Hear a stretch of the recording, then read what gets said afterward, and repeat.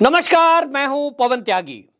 राकेश टिकैत से जैसी उम्मीद थी वैसा वो अब करने के लिए निकल चुके हैं, क्योंकि अब जिन राज्यों में चुनाव होना है उन राज्यों में राकेश टिकैत जी को उस एजेंडे पर काम करने के लिए शायद टूल किट ने कह दिया है जो कांग्रेस का एजेंडा है। और इसीलिए वो पहुंचे हैं मध्य प्रदेश के ग्वालियर में और वहां उन्होंने एक सभा को संबोधित किया और भाषण लगभग वही जो राहुल गांधी का है, यानी टूल किट एक ही दिखाई दे रही है।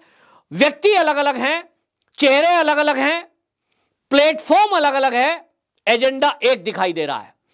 आपको याद होगा राहुल गांधी जो भारत जोड़ो यात्रा पर विषयों को उठा रहे हैं, भगवे पर प्रहार करते हैं, हिंदुत्व पर प्रहार करते हैं, अग्निवीर को लेकर उन्होंने सवाल उठाया है और महंगाई का मुद्दा उठाएंगे, फिर वो बात करेंगे किसानों की, फिर वो बात करेंगे अडानी अंबानी पर प्रहार करेंगे। और यही सब बिल्कुल डिट्टो शब्द इधर से उधर हो सकते हैं। राकेश टिकैत जी का आप ग्वालियर का यदि भाषण सुनेंगे तो आपको लगेगा कि राकेश टिकैत जी यूं ही राहुल गांधी की यात्रा में शामिल नहीं हुए थे। जैसा मैंने पहले कहा, उम्मीद है हो सकता है राकेश टिकैत कांग्रेस में शामिल होकर चुनाव प्रचार के मैदान में 2024 में आपको ना दिखाई दें। हो सकता है, बहुत सारे लोगों की टीम ए, टीम बी, टीम सी, कई तरह के अंडरग्राउंड वर्कर होते हैं और इस योजना में राकेश टिकैत अभी वैसा ही कर रहे हैं कि वो बेशक प्लेटफॉर्म कांग्रेस का नहीं चुन रहे हैं, अपने पीछे किसान नेता लगाकर घूम रहे हैं, लेकिन सवाल वही है कि राकेश टिकैत को यूपी से चलकर बीच में उन्होंने राजस्थान राज्य पढ़ा, वो क्रॉस कर दिया और पहुंच गए मध्य प्रदेश। और वहां बात कौन सी कर रहे हैं? नाम किसानों का, बात कर रहे हैं वो अग्निवीर पर। नाम किसानों का है, बात कर रहे हैं वो अडानी पर। नाम तो किसानों का है कि हम किसान नेता हैं, लेकिन वो बात उठा रहे हैं भगवे पर। क्यों? राकेश टिकैत जी, आपकी पोल पट्टी खुल चुकी है।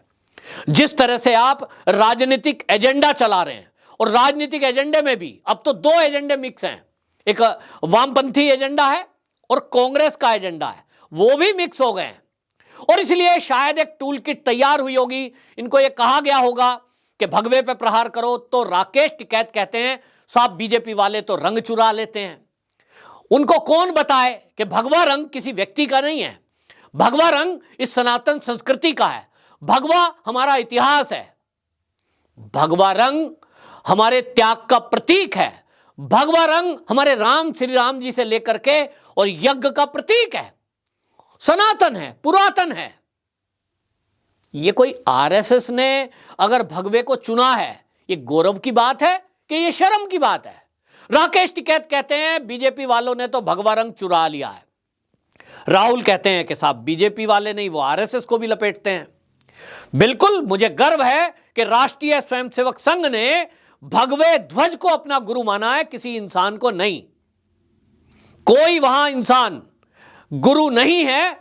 हमारा पुरातन सनातन त्याग का प्रतीक भगवा ध्वज, जो अग्नि की ज्वालाओं का प्रतीक है, क्योंकि हम सूर्यवंशी हैं, वो सूर्य का प्रतीक है और हम उसकी उपासना करें, उनको गुरु माने। चाहते तो किसी भी संगठन की तरह डॉक्टर हेडगेवार जी थे जिन्होंने संघ की स्थापना की। सब लोगों ने कहा भी था आप ही गुरु हो सकते हैं, क्योंकि आप हमारे लिए आदर्श हैं। आपने जिन संघर्षों में अपना जीवन जिया है और जिस उद्देश्य के लिए यह संगठन खड़ा किया है, आप ही ने रास्ता दिखाया है। यह हिंदू समाज बटा हुआ है जातियों में, इसको इकट्ठा करने के लिए जो सूत्र आपने दिया है, वाकई में यह गुरु के द्वारा दी गई वो नीति है जिसके कारण हिंदू समाज को आगे चलकर हम एक करके और इस देश को मजबूत करेंगे। उस समय डॉक्टर हेडगेवार जी ने इसको मना कर दिया और उन्होंने कहा कि कोई व्यक्ति गुरु नहीं हो सकता। संघ आज है और वो सदा रहेगा। संघ एक विचारधारा है, तो इसलिए व्यक्ति है, व्यक्ति तो स्खलनशील है, आज मैं हूं कल को ये शरीर मर जाएगा, तो भगवा ध्वज ये हमारा गुरु बनाया जाए। और इसलिए संघ की शाखाओं में, चाहे आप बीजेपी को कहें जो संघ की शाखा में कभी गए होंगे, संघ के स्वयंसेवक आज हैं और रहे होंगे, वो अपना गुरु भगवे ध्वज को मानते हैं। राकेश टिकैत जी ये तो गौरव की बात है कि किसी पार्टी का व्यक्ति वो अपने सनातन पुरातन त्याग के प्रतीक उस भगवे को अपना गुरु मान रहा है। क्या आपका गुरु भगवा ध्वज नहीं है? क्या आपका सम्मान मान भगवे ध्वज के लिए नहीं है? आप कहते हैं ये तो जो है संतों का रंग है। संतों ने इस रंग को क्यों ग्रहण किया है? क्योंकि ये त्याग का प्रतीक है और इसलिए आप रंग पर प्रहार करते हैं, क्योंकि आपको संघ से प्रॉब्लम है।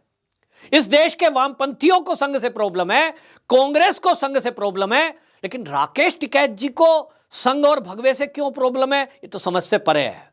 एक ही कारण है कि इनको शायद टूल किट पर काम करने के लिए दिया गया, स्क्रिप्ट लिखकर दे दी गई होगी कि आपको बोलना है तो इसलिए बोलना है। मुद्दा है किसान का, लेकिन यह किसानों के मुद्दे की अगर बात करें तो क्या राजस्थान में सब कुछ ठीक है? पंजाब में सब कुछ ठीक है? जहां किसानों के ऊपर लाठियां भांजी जाती हैं, अगर वो मांग करते हैं कि भाई हमें हमारा हक दो। राकेश टिकैत जी आपने देखा कभी पंजाब गए? आपने देखा कभी उन्होंने राजस्थान में कोई प्रदर्शन किया? डायरेक्ट उनका जो हवाई जहाज है वो मध्य प्रदेश में लैंड होता है। रीजन जानते हैं? क्योंकि मध्य प्रदेश में चुनाव आने वाले हैं, चुनाव राजस्थान में भी आने वाले हैं, लेकिन ये वहां किसानों की सभा में उस सरकार के विरुद्ध एक शब्द भी यदि बोल जाएं तो जान लेना।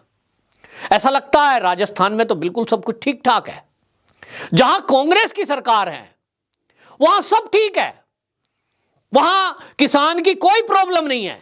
लेकिन राकेश टिकैत जी की प्रॉब्लम यह है कि वो किसानों के मुद्दों के अलावा बाकी सारे मुद्दों पर भी बोलते हैं।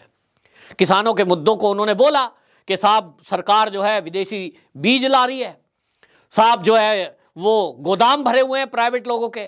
अब राकेश टिकैत जी मैं आपसे पूछना चाहता हूं, आप कह रहे हो कि सरकार की सह पर बड़े बड़े उद्योगपतियों के ये स्टोर भरे पड़े हैं, गोदाम भरे पड़े हैं, तो राकेश टिकैत जी आपको याद होगा पंजाब के अंदर क्या हाल था।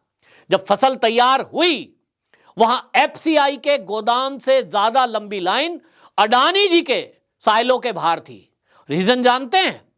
रीजन यह है कि एफसीआई के गोदाम में यदि फसल को लाना है या उस मंडियों में बेचना है, वहां लगेगा 5 से 6 दिन, दलाली देनी पड़ेगी, टाइम लग रहा है। और जो अडानी के साइलो थे वहां जाइए 6 घंटे से 12 घंटे के अंदर किसान अपनी ट्रॉली खाली करके वापसी आ जाता था और उसको प्रति क्विंटल 1000 रुपए एक्स्ट्रा मिल रहे थे। और इसलिए पंजाब के किसानों की पहली पसंद बना अडानी का साइलो। और ये वहां आंकड़े हैं कि जितना एफसीआई के गोदामों में या मंडियों में अनाज बिका, उससे कहीं ज्यादा लोगों ने अडानी के साइलों में रखा या बेचा। आपने पंजाब के किसानों से पूछा? भड़काने का काम कर रहे थे कि साहब ये तो जो है जमीन हब डालेंगे, ये तो अडानी और अंबानी तो मोदी के आदमी हैं, ये तो आपकी फसल को खरीद लेंगे तो जमीनों पे कब्जा कर लेंगे। कितना झूठ फैलाया गया। लेकिन पंजाब के किसानों को जब समझ में आ गया कि ये हमारे नुकसान में नहीं, ये फायदे में है।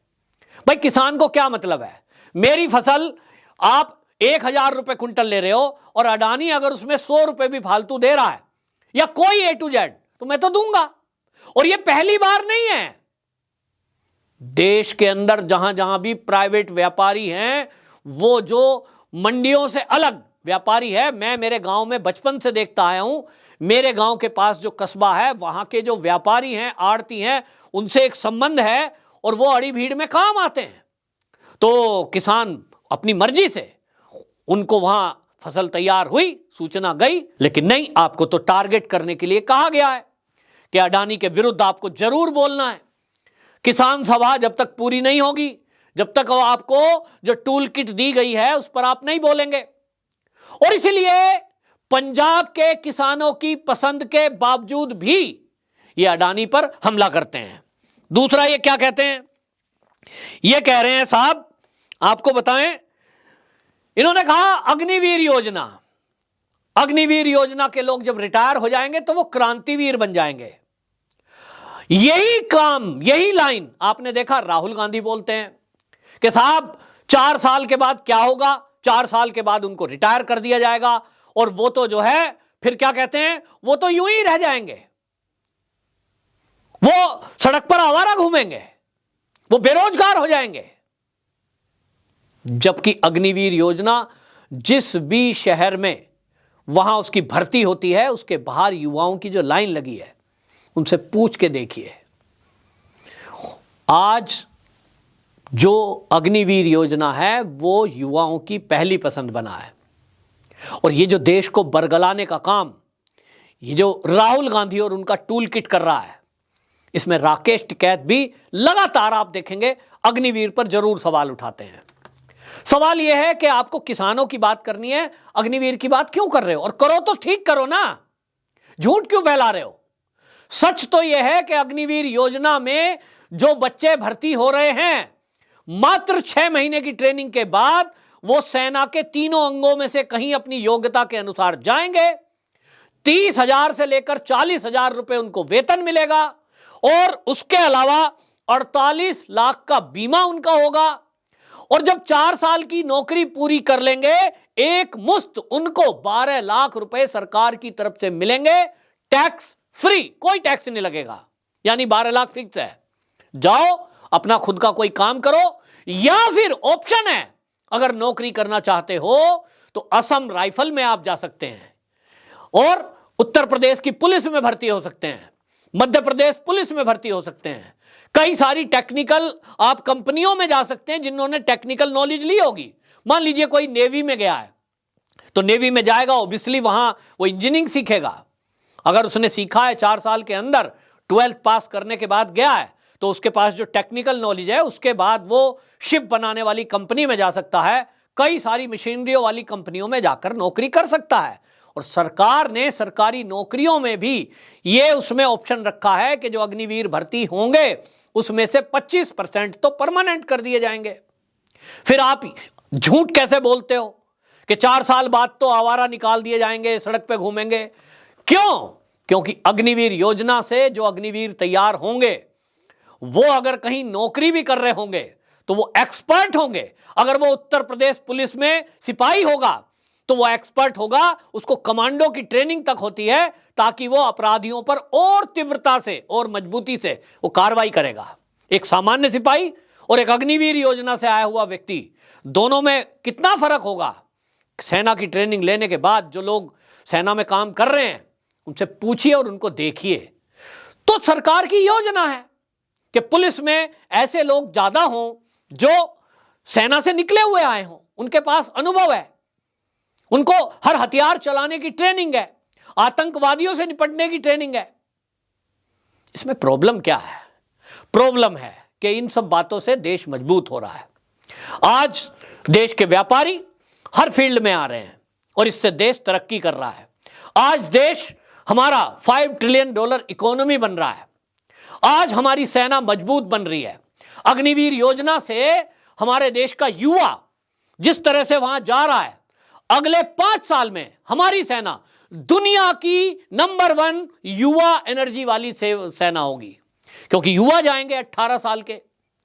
आज ये हालत है क्योंकि चीन लग रहा है कि चीन की सेना तो बुढ़ी होती जा रही है और उसके मुकाबले के लिए वहां कंपलसरी है कि सबको कंपलसरी वहां अपना 1 साल 2 साल 3 साल देना ही है। हमारे यहां ऑप्शन है, मर्जी है भाई। आपको अगर लग रहा है अग्निवीर योजना आपको सूट नहीं करती, आपको इतना पैसा, बीमा और ये ट्रेनिंग, इसमें आप नहीं जा पाएंगे, क्यों जा रहे हो? 12वीं कर ली, फिर कुछ और नौकरी ढूंढो। लेकिन ये देश को बरगलाने का काम जो कांग्रेस कर रही है और ये जो राकेश टिकैत जैसे लोग कर रहे हैं, ये इनको समझने की आवश्यकता है, क्योंकि इनको तो वहीं जाना है जहां अब चुनाव होंगे और केवल वो बातें बोलनी है जो भारतीय जनता पार्टी के विरुद्ध नैरेटिव सेट करने का काम करे। लेकिन इनके झूठ को एक्सपोज करने का काम अब राष्ट्रवादी लोग करने लगे हैं और इसीलिए आपको समझने की आवश्यकता है, इनके झांसे में आने की आवश्यकता नहीं है। जहां सरकार इनकी बन गई, आप देखें, आप हिमाचल में कांग्रेस ने सरकार बना ली है, वहां देखें लोगों के क्या हाल है। जो वादा किया था इन्होंने पुरानी पेंशन लागू करेंगे, अब कह रहे साहब अभी नहीं करेंगे। पंजाब में कह रहे थे एमएसपी पे सबकी फसल खरीद लेंगे, किसानों के सारे मुद्दे हल हो जाएंगे। वो धरना और प्रदर्शन कर रहे हैं तो लाठीचार्ज किया जा रहा है। लेकिन ये झूठ बोलकर इसी तरह सत्ता प्राप्ति करने में लगे हुए हैं। और इसमें ये जो किसान आंदोलन के लोग हैं, ये पहले दिन से मैं कह रहा हूं कि जो कृषि बिल का विरोध चल रहा था वो केवल राजनीतिक कारण था। और अब तो राकेश टिकैत जिस तरह से राहुल गांधी की यात्रा में खुलकर सामने आए, इससे पूरी तरह एक्सपोज हो गए हैं कि ये एक राजनीतिक गठजोड़ है। भारतीय किसान यूनियन के बहाने ये केवल और केवल कांग्रेस और वामपंथी दलों की टीम भी है, जिसको ये जिम्मेदारी दी गई है कि वो भारतीय जनता पार्टी के विरुद्ध जहर उगले, हिंदुत्व के विरुद्ध जहर उगले, भगवे के विरुद्ध जहर उगले, आरएसएस के विरुद्ध लोगों को भड़काए। लेकिन अब इनकी कोई चाल चलेगी नहीं, क्योंकि देश के अंदर राष्ट्रवादी लोग जागृत हो चुके हैं और इनका सच पहचान चुके हैं। आपकी क्या राय है? कमेंट बॉक्स में जरूर लिखें। वंदे मातरम।